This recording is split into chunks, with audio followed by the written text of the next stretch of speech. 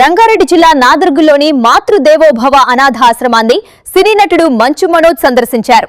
ఈ సందర్భంగా సెలబ్రిటీతో పునర్జన్మ ఛాలెంజ్ లో భాగంగా ఆయన ఒక అనాథకు నూతన జీవితాన్ని అందించారు.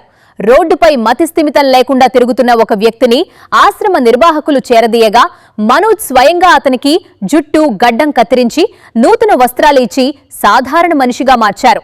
ఆశ్రమానికి ఎల్లప్పుడూ అండగా ఉంటారనని నిర్వాహకుడు గిరికి మనోజ్ హామీ ఇచ్చారు. बदवान है और अच्छा आदमी है आपके साथ, आपका लाइफ बहुत अच्छा होता है आज से.